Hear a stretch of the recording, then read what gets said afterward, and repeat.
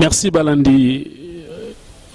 Il y a émission Bomesana Kolanda. Et la chaîne Abino, Bolinga Kolanda souvent, vie Oisa Kopam, Bolabino, n'a pas émission Petoza Kolembate, Koluke Labino, Bassin Nzambe, Obazaï Kosunga Biso, Biso, bien sûr, l'église, corps de Christ, Oboza partout dans le monde, enfin qui vous la édifier, Nabasije Otoza Kopona, Poete Bino Toza la Kopambama. Merci encore une fois, les lots, les sous-sous, qu'on surprendre Moussa Nzambe. Et puis, quand la minute est beaucoup moins naïe, puis qu'on se présente vraiment. Tokoye, la sixième mot est important. Au début, que ban Nzambe, beaucoup zala yako pambo mandenge tolobaka, bien sûr, toujours sur la lumière des Écritures, enfin que libota Nzambe nege tozali répété ban Nzambe, bozala yako pambo ama.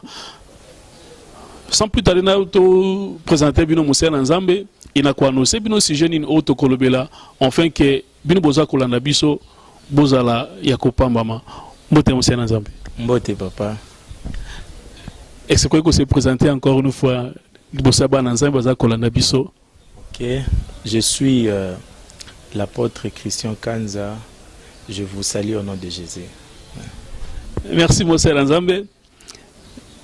Toluka kiyo poto parler na temoko ba Nzambe bazolanda biso Bazala édifié, et dans ce sujet, tu parler, ils étaient tous les hommes spirituels.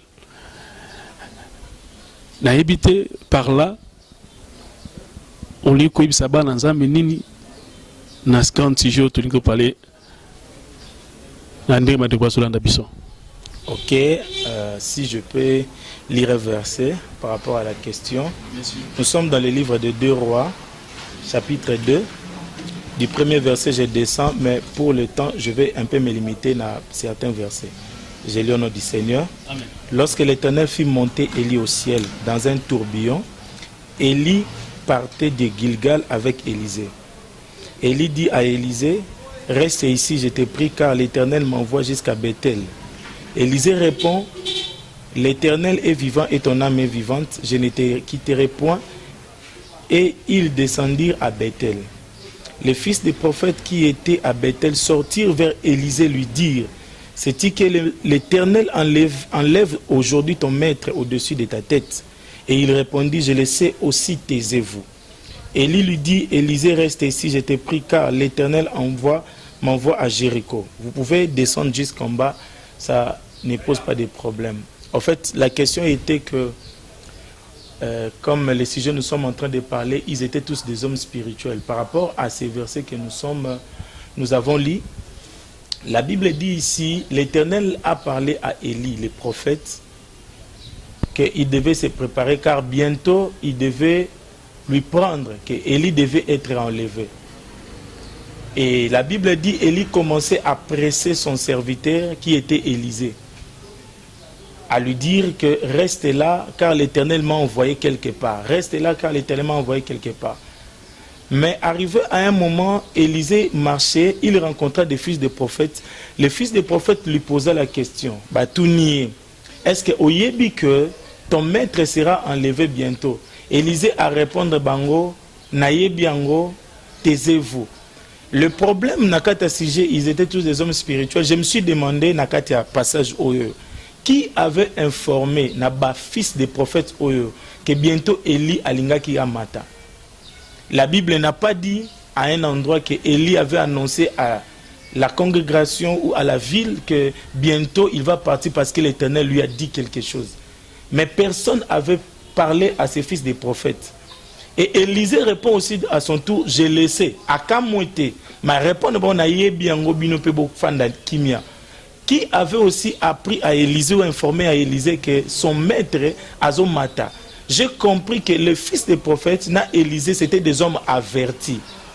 C'était des gens au manière que ça la lecture y attend.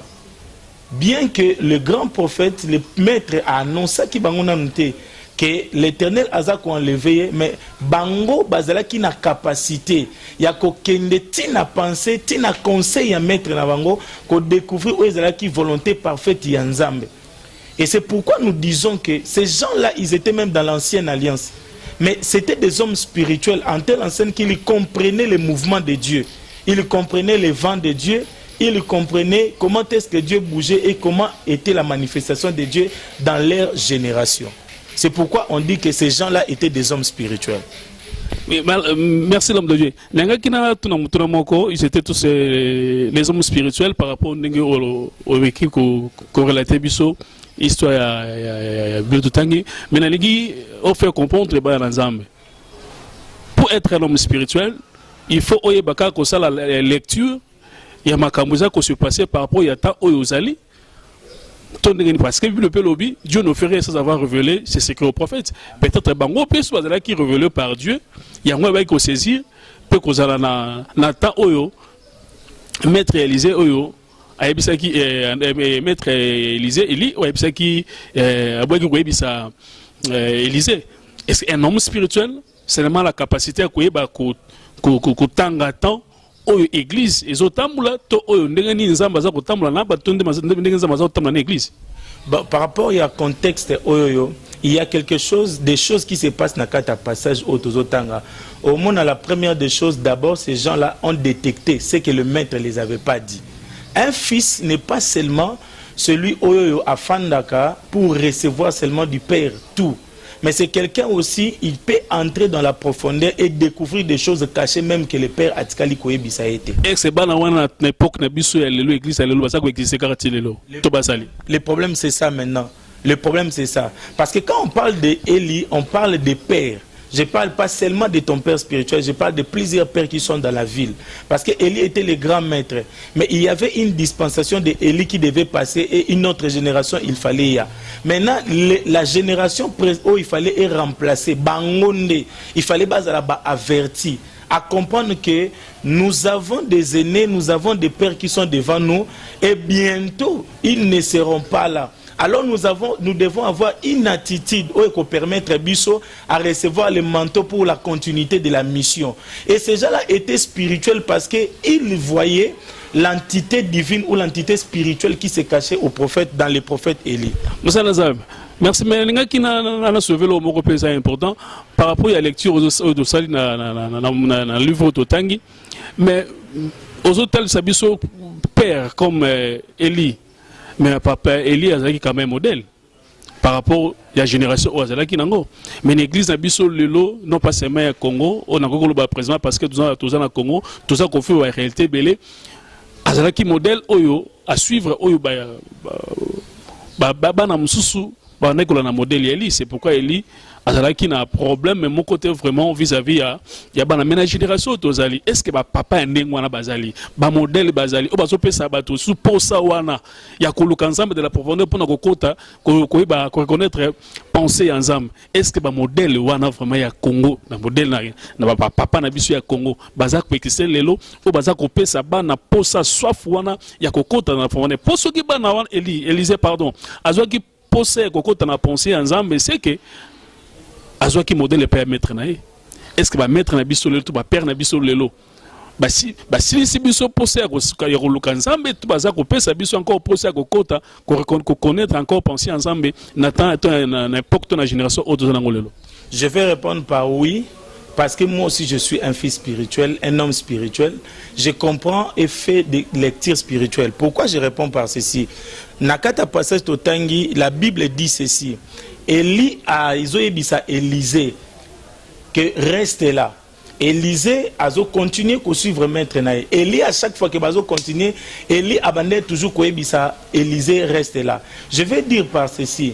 Il y a le reste là du maître, ou le reste là d'un père spirituel, ou le reste là de nos modèles spirituels dans la ville ou dans le monde.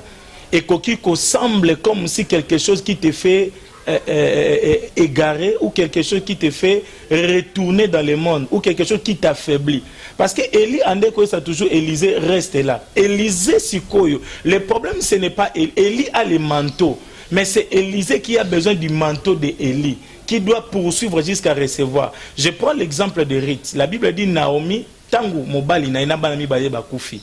Et atikali sunelo te ayebisi bana nemi bale ba bokilo na ba seme ki na que bokende na bino koluka mibali mususu pour ata soki na bali ya sika na boti bana bokozela te ti bakola na pesa bango en mariage.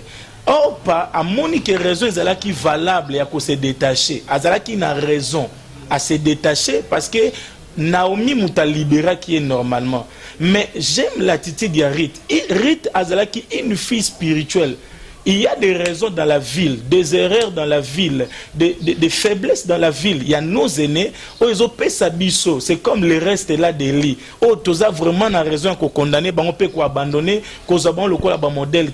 Mais j'aime l'attitude de Rite qui dit, ton Dieu sera mon Dieu. Là où tu mourras, moi je mourrai. Où tu iras, j'irai avec toi. L'attachement et Rite envers Naomi, ce qui a fait qu'au-delà des gens où il a perdu, il a reçu son Boaz et destiné à Isaac décoré. Il y a quelque chose dans l'avenir que Dieu promet, mais si tu regardes ton Élie qui est devant toi, selon son attitude, tu n'auras jamais la possibilité à causer où ils allaient pas molina. Parce que le reste là d'Élie et banda qui toujours quoi affaiblir Élisée. Mais Élisée lobby, ton âme est vivante et ton esprit est vivant. Je m'accrocherai jusqu'à la fin. Donc nous avons besoin des Élysées où jusqu'à la fin à monter à Élie, bazalawana présent afin que lorsque le manteau descendra, va récupérer. Sans oublier pour finir dans la question, la Bible dit dans Hébreux 5, un homme pris au milieu des hommes, racheté dans les services de Dieu, il peut avoir de la faiblesse. C'est pourquoi il fait même les services d'expiation. Non pas seulement pour le peuple, mais aussi pour ses propres péchés. Là, je ne suis pas en train d'encourager les erreurs des hommes de Dieu. Mais savez-vous pourquoi la Bible recommande, c'est un ordre, vous regarderez un sacrificateur comme un saint. La Bible dit qu'il n'est pas saint, mais vous le regarderez comme un saint. Parce que cette attitude-là te permettra d'être un homme spirituel et à recevoir de lui l'héritage spirituel. Bible Zakolobake, balobi réellement l'esprit du maître Élie se repose en Élysée. Bazwa qui est sous le col la muninga na bangote. Bazwa qui est sous le col l'un des fils des prophètes. Mais ils ont compris que l'esprit du maître Ezalaki nakat naye. Ceux qui sont des hommes spirituels reconnaissent les manteaux. Nakati na batu oyo, parce qu'on ne parle pas seulement d'un père. Élisée aussi était un fils comme eux, mais il avait reçu un manteau. Tu peux regarder dans la ville Otala, ton frère qui est à gauche, ton ami qui est à ta droite, qui est serviteur de Dieu, Bobananaye, il a un manteau quelconque, na ville. Le problème c'est que Tozo Linga Kondi Mamate. Moi, je crois fermement que Dieu peut donner à un ami ou à un serviteur de Dieu dans la ville un manteau qui peut être une couverture pour une bénédiction pour la bisonionso toza nakati na ville. Que Dieu vous bénisse. Merci pour ça, Nazam. Sous question moko par rapport toujours la même idée au toza nango. Est-ce que na Congo lelo toza ko constater pardon toza na crise moebele? Est-ce que ba papa na biso ya molimo lelo baza na facilité à ko tikela biso ba manteau ndenge électrique qui na Élysée? Parce que Élie avait compris que mission na ngesuki nazo kene même si alobela ki Élysée comme un homme spirituel ndongo biso ayeba ki koye nzambe ba ko laksa Élysée penser to ko ayeba ça la lecture ya ta époque wana. Élysée avait la facilité à kotika manteau. Est-ce que papa na biso lelo ya molimo otozana bango surtout dans l'église na biso ya Congo? Est-ce que bazana facilité à kotika la ba Élysée ba manteau si facilement? Peut-être ba ko continuer musala o nzambe apesa bango. Je réponds par ceci, il est toujours très difficile et je dis encore très difficile que Élie te laisse les manteaux facilement. Voilà pourquoi dans le contexte de la Bible vous voyez Dieu partait avec Élie quelque part pour l'enlever. Mais il disait à Élysée autre chose. C'est l'attachement à Élysée qui a un manteau. Tu attendras que ton père spirituel ait biso que naoti le manteau au tika la royo kayangote. Mais c'est l'attachement nayo envers ton père ne kosala que au recevoir de quelque chose venant de ton père. Papa, mais le papa on est comment azana musala église ezali azokamba et comment oyo za bor na ngai. Bor yanza mete meza bor na ngai. Azomona église yanza mene yaye do yene muto aza kolo nango. Ko banga wana pete yango muto osala ke bana o baza ko kamba po atika azomona ke soki naza te le londire ba petio tozana bango to bana bazana ko ba ko bénéficier na makambo ebele o biso ba papa to bénéficier ke lobi yango te ezo sala pe obstacle tellement zomona héritage comme komona Makamanza, mais non pas spirituel par rapport aux hommes spirituels. Mais par contre, comme on a Macameron, on irait charnel, par contre, comme on a déjà, comme on dirait, gagne peine à Bango, et si qu'il y a Golia, et si qu'il y a Rosu à Komela, et si qu'il y a Rosala, Makamebele, et comme il y a un obstacle pour te, Élysée, bazwa manto si facilement, on a dit, oh, dans le cas là, Namoko na banda, qui ont un visionnaire, donc Namo, car Namoko, moyen attiquer facilement, manto exalté, au cas où bani place one. Chacun de nous ou chacun de nos pères a un comportement, ton attitude. Mais le mieux que j'apprécie, c'est quoi? Nos pères au bas dirigeants Bisso, ne vous trompez pas, Bayo Karanzambe. Même ça est bisioté. Mais il se peut que Aïssa Yoka Nzambe, que Yum Tozo Manto, Tomutu tel Ndemutauti que la main. Mais papa, comment il problème? Les commissions que son papa confirme qu'on déjà moins biologique ou il y a beaucoup de pratiques comme ça là. Il y a répondre boy. Na contexte au cas d'Otangi, au monde Nzamba recommandé na Eli que Kende ko Pambola Élysée, Pambola peut même roi moko na kata Bible. Mais tant la Bible na bien au monde ti Bible passage ne sili Eli atikala ko Pambola mutu moroté. Mais au ezala qui volontaire Nzambe na Élysée et Kokisamaki. Élysée avait toujours réussi les manteaux. Donc, malgré Bana Otozali, tous les temps voulu par Dieu, en fait que Toko Tanakati il y a tant ton conscience pour te toujours dans manteau oyo Élie a retiré la biso Élysée. C'est ça. Dieu recommande à Élie, va bénir ces rois-là, va établir, et puis bénir Élysée comme un prophète. Mais la Bible dit, Élie a tika la osalangote. Mais mieux qu'on la désobéissance de Élie.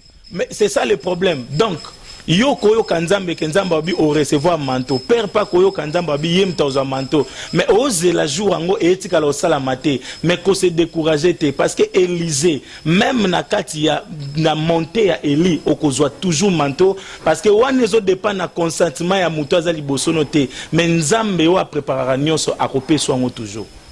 Parce que ce n'était pas Élie qui avait donné à Élysée les manteaux, mais c'était Dieu qui avait donné à Élysée les manteaux. Mais ça peut manquer de patience, c'était bana spirituel, les lots peut-être azos c'est la papa tigele manteau ne ko beza difficile pour te papa a le tigelo manteau facilement per otika ko bangote. Mais le problème ne rebisse sur les hommes spirituels parce que élève azwaka toujours formation et pas à maître. Ce qui maître aussi à format qui élève ta format qui mona comme il faut comment moi la quoi ça la lecture pour être à comment la dimension wana ya kokoma ya koyeba penser en Nzambe puis à comment un homme spirituel où a la facilité ya koyeba volonté en Nzambe par rapport à temps au hasard ko passé. OK, en tant que fils, déjà le quoi naza fils et pas à père, naebi que il y a un héritage où il faut la léguer. La première des choses c'est ça. Et la deuxième des choses, lorsque le fils des prophètes maintenant n'a qu'à ta conseil, n'a pas comprendre que Élie le maître devait être enlevé, c'était comme une discussion. Il ne savait pas naninde mutaotika la na manteau. Il ne savait pas. Mais à ce qui déjà ordre pas Nzambe qui ne repambola qui ne ko endre Élysée na roi. À ce qui déjà ordre n'est pas Nzambe. Oui, il avait reçu l'ordre. Mais c'est pourquoi j'avais dit Élie ton père peut recevoir l'ordre. Depuis Nzamba lobela tata na ngaka pambola nga libérer nga sala ngote. Mais laisse-moi te dire que lorsque le temps de Dieu arrivera, il y a des choses que Dieu va composer qui fera en sorte que tu reçoives quelque chose où tu n'es pas un Nzambe. Peu importe le consentement de celui qui est devant toi. Toi, ton problème en tant qu'Élysée, ton attachement, sois un homme spirituel. Ne regarde pas le reste là de Élie. Parce que le reste là de Élie, et au perdre, au manteau na yo. Mais continue, avance, peu importe les ténèbres aux hommes de l'autre côté. Mais laisse-moi te dire, ce que tu dois recevoir, tu le recevras. Ça dépend, peu importe, il y a volonté à Moutou Azali Bosona. Merci, mon cher Nzambe. L'ora qui te roule, mais la raté. Troum Kokoma déjà na souka. Nulle part ailleurs. www.esayasolo.com. Sur YouTube, Tozana, Esayasolo TV.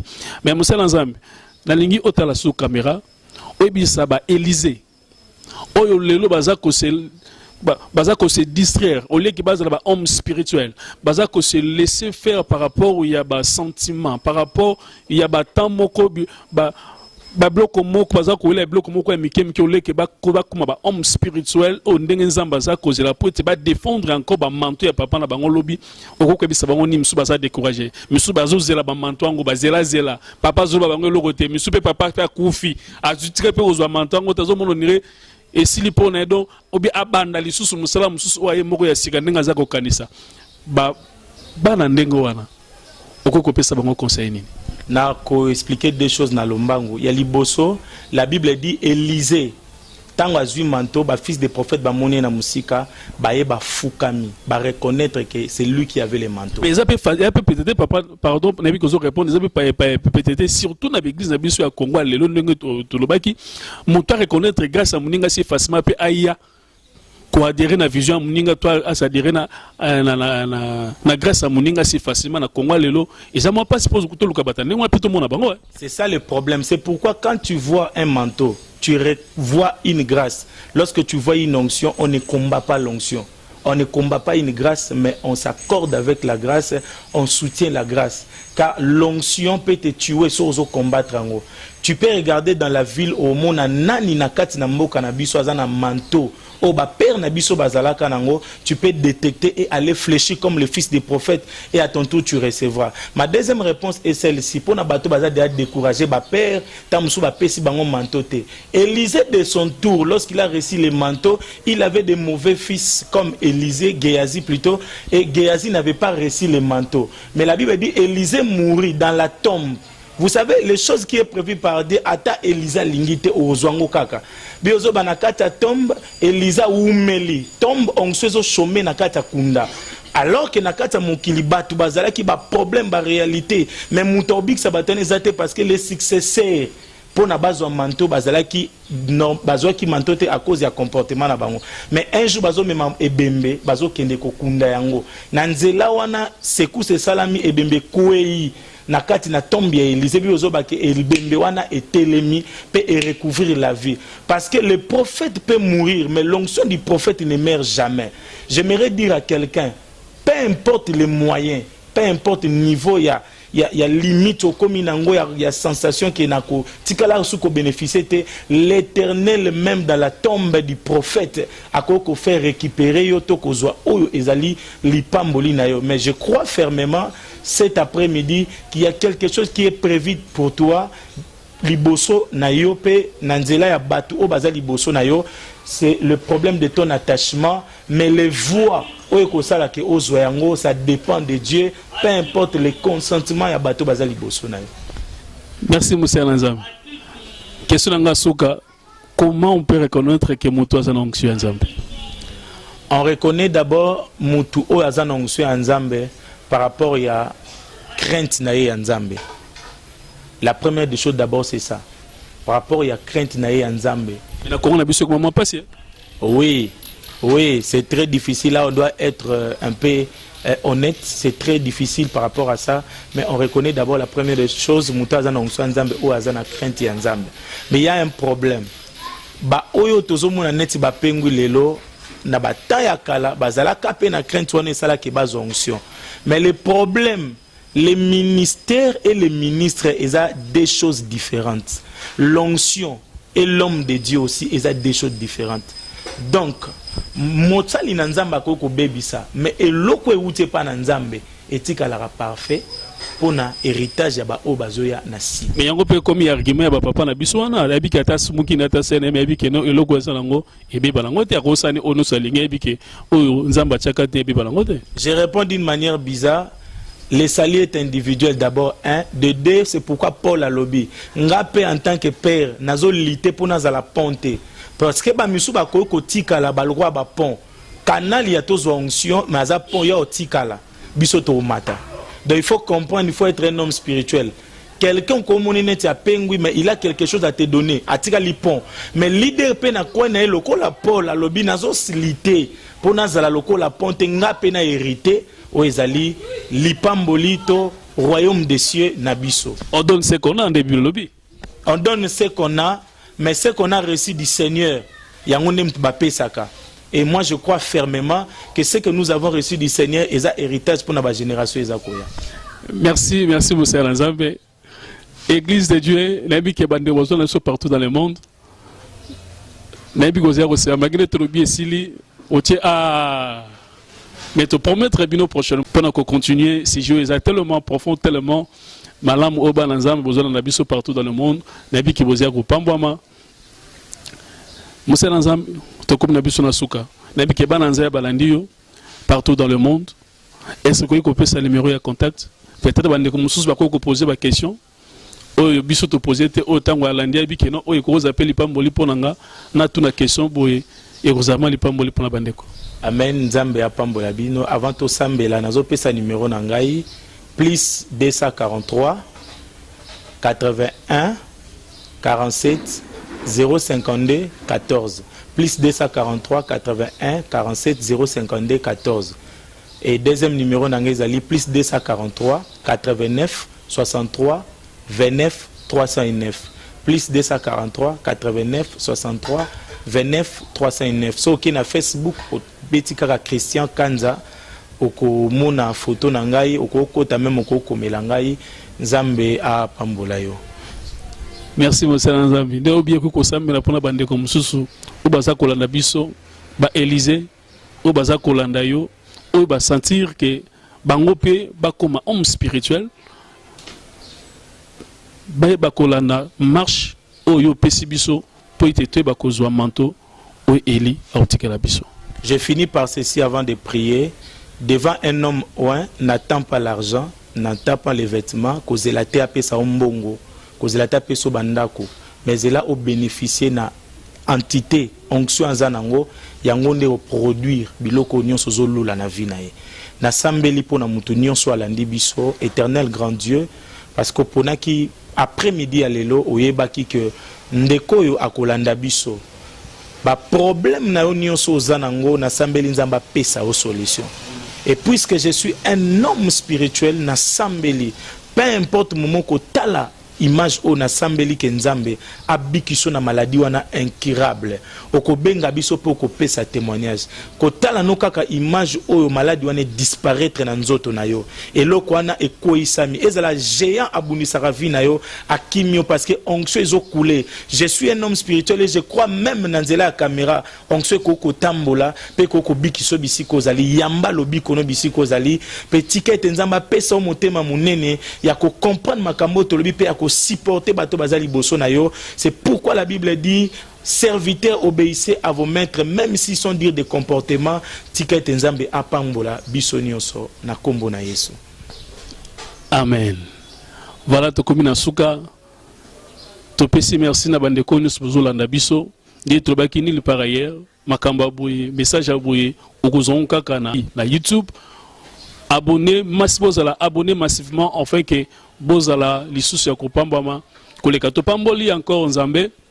Merci monsieur Nzambe no yambaki biso to pambola encore monsieur Nzambe toujours na canal et tous ala kopamba pe bana nzambe bozala pambola bozala kopambola ma avancer chaque matin nzamba pambola ye pe na cameraman na biso Karios cameraman réalisateur yimda do sala kebilili oyo bomona ngo vraiment pe bozala ya kopamba. Merci.